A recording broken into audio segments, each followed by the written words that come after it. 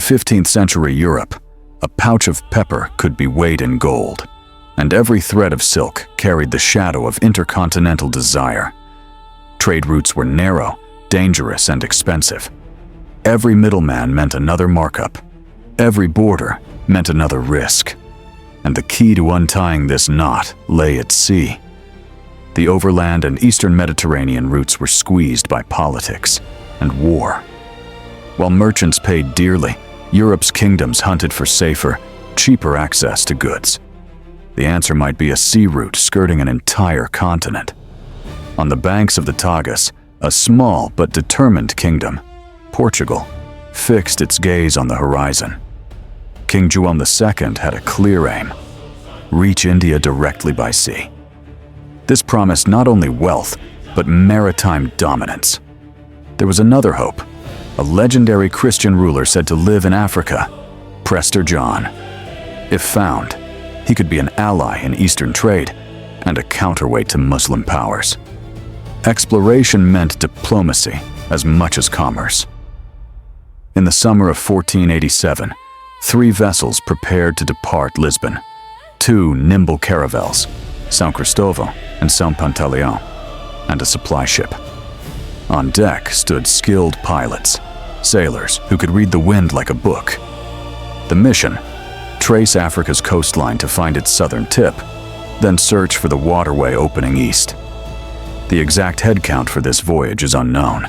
Caravels typically carried 20 to 30 men.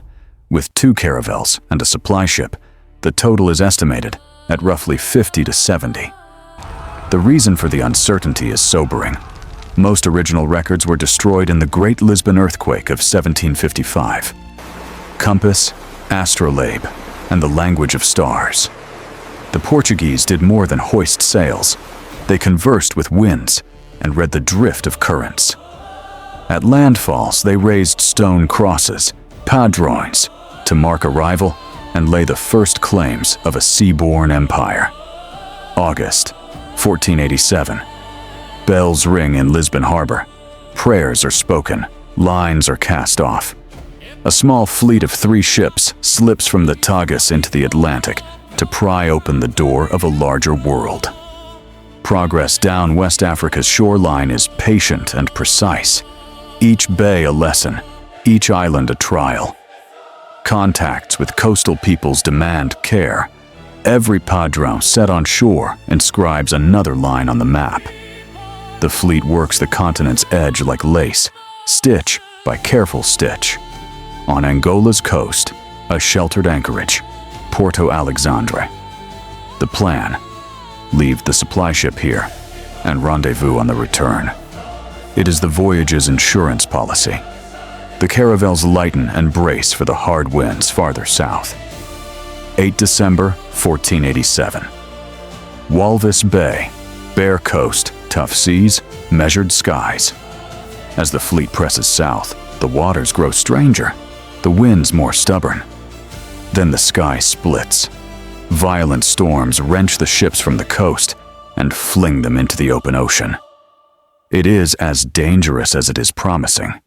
Instead of hugging the shore, a broad oceanic arc might be the true key to rounding the continent's farthest point. 30 days. Not a single tree on the horizon, not a single rock.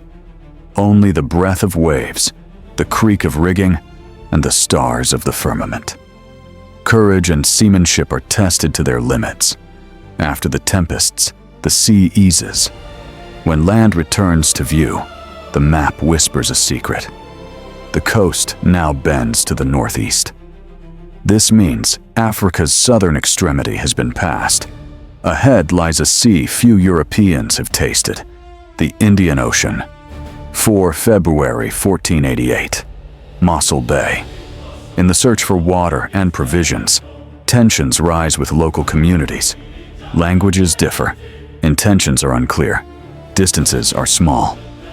A trader's curiosity and a sailor's caution tangle in the air. 12 Maart 1488. Quaihook.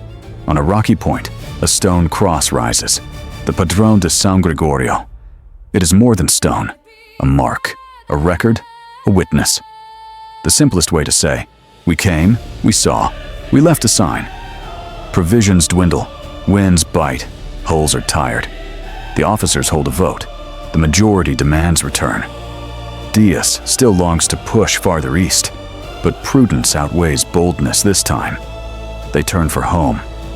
On the homeward track, a tongue of land looms in the distance, what we now call the Cape of Good Hope. Dias first names the perilous passage Cape of Storms, Cabo das Tormentas. In Lisbon, King João II recasts it as Cape of Good Hope, Cabo da Boa Esperança, a political and psychological promise of the Eastern Sea Road. When the fleet returns to Porto Alexandre for the rendezvous, grim news awaits.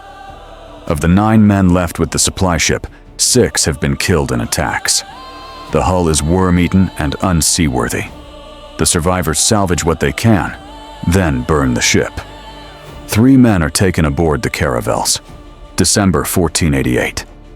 After a long bargain with the sea, 2 caravels re-enter the Tagus. The voyage has lasted around 16 months, yet nothing has really ended. What matters is only now beginning. Much of the official documentation that could detail this voyage no longer exists.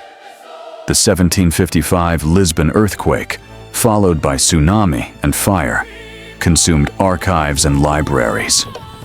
Today we reconstruct the journey through chronicles, later accounts, and the silent language of stone markers along the shore. Some historians say Dias drew a voyage sketch for the king. Christopher Columbus is said to have noted Dias's route in his writings. But those papers, those charts, vanished in the shadow of time and catastrophe. What remains is the quiet testimony of Padrões. Dias's passage gave mariners a new lesson. Don't cling blindly to the coast. Read winds and currents, and trace a wide arc in the open ocean. This became the smartest way to reach and round the Cape. Through the door Dias unlocked, Vasco da Gama walked a decade later. He rounded the Cape, reached India, and established a working sea trade lane between Europe and Asia. The map was no longer just ink on parchment. It was lived reality. Along Africa's shores rose outposts, supply chains, and ports, the logistical skeleton of Portugal's overseas reach. Exploration brought wealth and power, but it also cast a long shadow of exploitation and violence over indigenous peoples. 1,500. Sailing with Pedro Alvarez Cabral's fleet, Bartolomeu Dias met his fate at sea. Caught in a storm off the Cape he had revealed to Europe, he was lost to the waves. A life given to the ocean was a life taken by it. Dias drove east by way of Africa's southern rim. Columbus struck west across the Atlantic to new lands. One opened the route to Asia, the other, the gateway to the New World. These 2 paths helped shape the global policies of Portugal and Spain. 2 names for one headland, 2 faces of one world. A story that began in storms turned into hope. Dias's courage, fused with a mind fluent in winds, helped change the fate of continents. Numbers to remember: 3 ships, 2 caravels, and 1 supply vessel. An estimated starting crew of 50 to 70. From the supply ship, 9 men became 3 survivors. 2 caravels returned to Lisbon.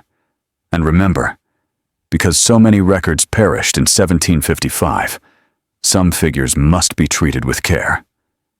What we can tell today is distilled from chroniclers' lines, the remains of Padrões found by archaeologists, and sailors' memory.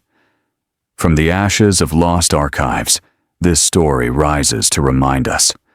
Crossing the sea means wrestling not only with waves, but with time itself.